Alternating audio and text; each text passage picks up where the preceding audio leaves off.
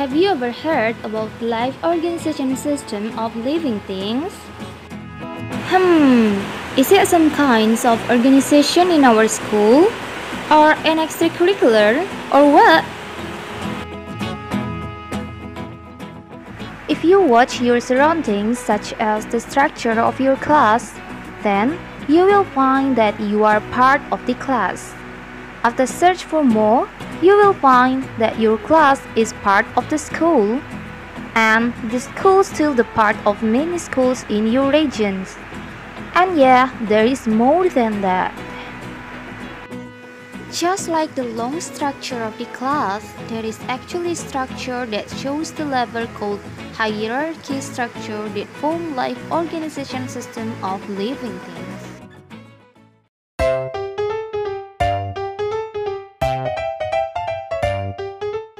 Living things are highly organized and structured, following a hierarchy that can be examined on a scale from a small to large.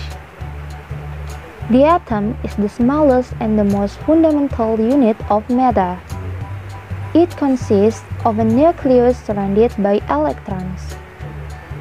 Atoms form molecules which are chemical structures consisting of at least two atoms held together by one or more chemical bonds. Many molecules that are biologically important are macromolecules. Large molecules that are typically formed by polymerization, or a polymer is a large molecule that's made by combining smaller units called monomers, which are simpler than macromolecules. Macromolecules can form aggregates within a cell that are surrounded by membranes. These are called organelles. Organelles are small structures that exist within cells.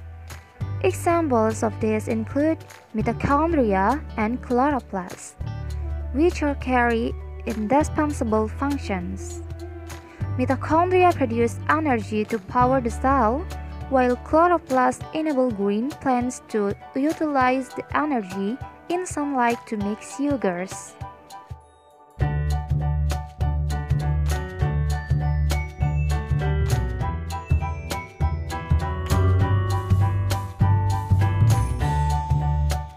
All living things are made of cells, and the cell itself is the smallest fundamental unit of structure and function in living organisms. This requirement is why viruses aren't considered living. They aren't made of cells. To make new viruses, they have to invade and hijack the protective mechanism of living cells. Only then can they obtain the materials they need to reproduce. Some organisms consist of a single cell and others are multicellular. Cells are classified as prokaryotic or eukaryotic. Prokaryotes are single-celled or colonial organisms that don't have membrane-bound nuclei. In contrast, the cells of eukaryotes do have membrane-bound organelles and a membrane-bound nucleus.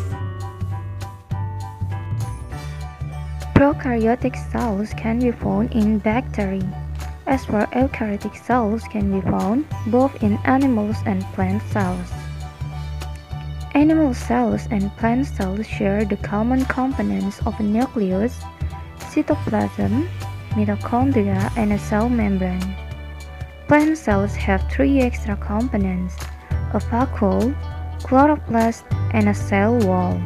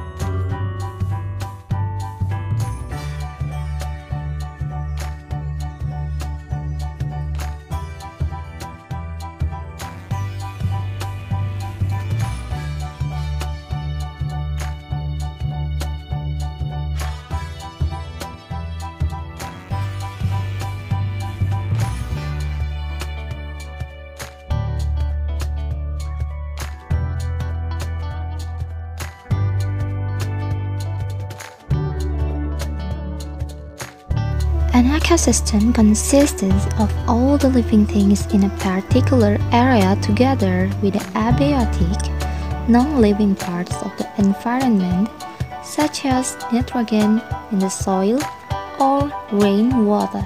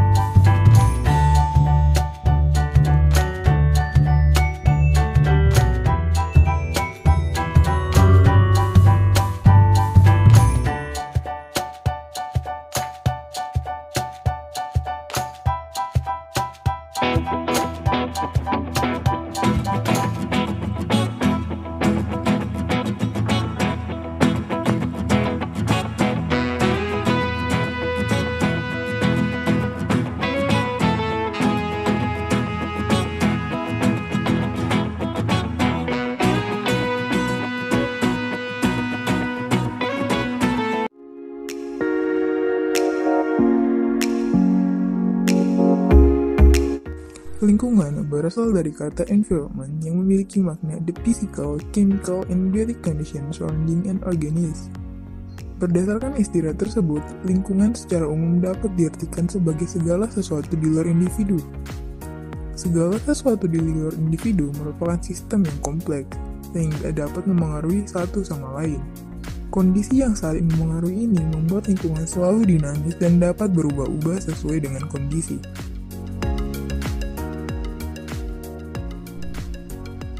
Ada saatnya kualitas lingkungan berubah menjadi baik dan tidak menutup kemungkinan untuk berubah menjadi buruk.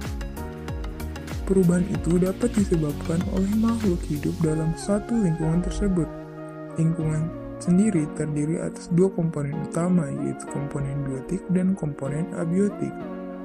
Komponen biotik terdiri atas makhluk hidup seperti manusia, hewan, tumbuhan, dan jasa training.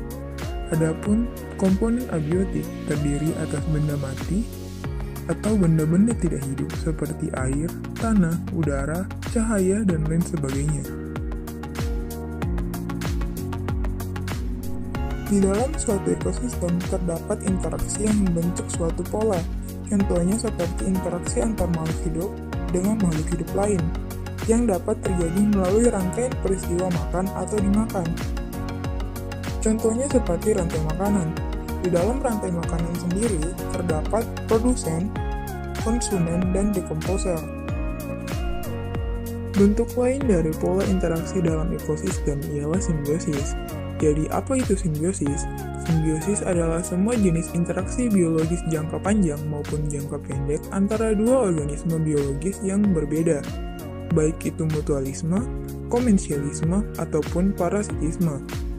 Berikut adalah pemaparan mengenai apa itu mutualisme, komensialisme, dan parasitisme.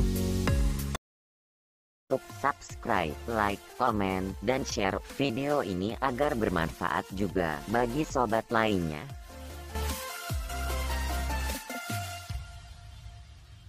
1. Simbiosis mutualisme. Simbiosis mutualisme ialah sebuah hubungan timbal balik di antara individu makhluk hidup yang berbeda, spesies yang juga saling menguntungkan satu sama yang lainnya.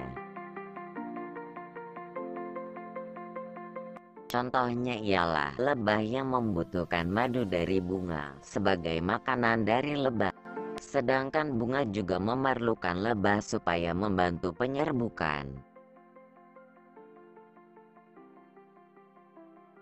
Ada pula contoh yang lainnya, yaitu di antara kerbau dan juga burung jalak. Burung jalak bisa memperoleh sebuah makanan dari kerbau, yakni kutu kerbau, dan kerbau juga memperoleh sebuah keuntungan dengan hilangnya kutu-kutu yang ada di badan kerbau. 2. Simbiosis komensalisme.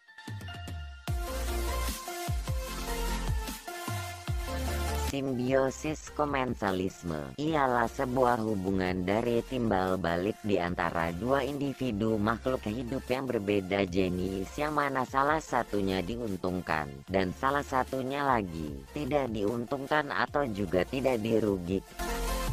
Dan contoh dari simbiosis komensalisme ialah anggrek dengan pohon inang, dan tanaman bunga anggrek akan mendapatkan sebuah keuntungan yang berupa sebuah tempat tinggal, sedangkan untuk pohon inang sendiri tidak merasa diuntungkan atau juga dirugikan, dikarenakan anggrek bisa memperoleh makanannya sendiri.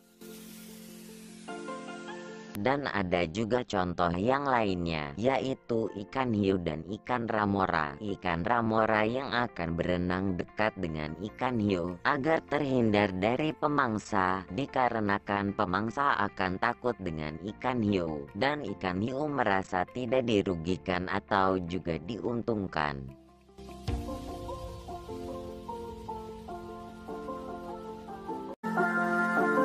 Simbiosis parasitisme ialah sebuah hubungan timbal balik di antara dua individu makhluk hidup yang berbeda jenis, yang mana salah satu pihaknya dirugikan.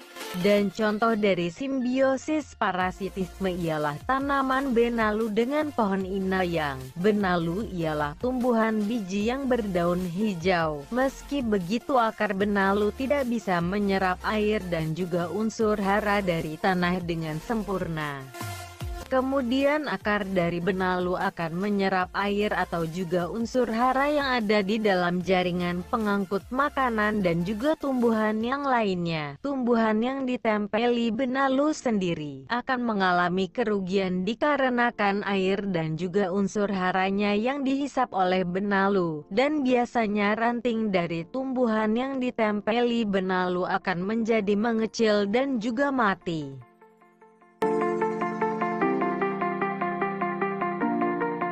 Demikian penjelasan tentang simbiosis, semoga bermanfaat. Wassalam.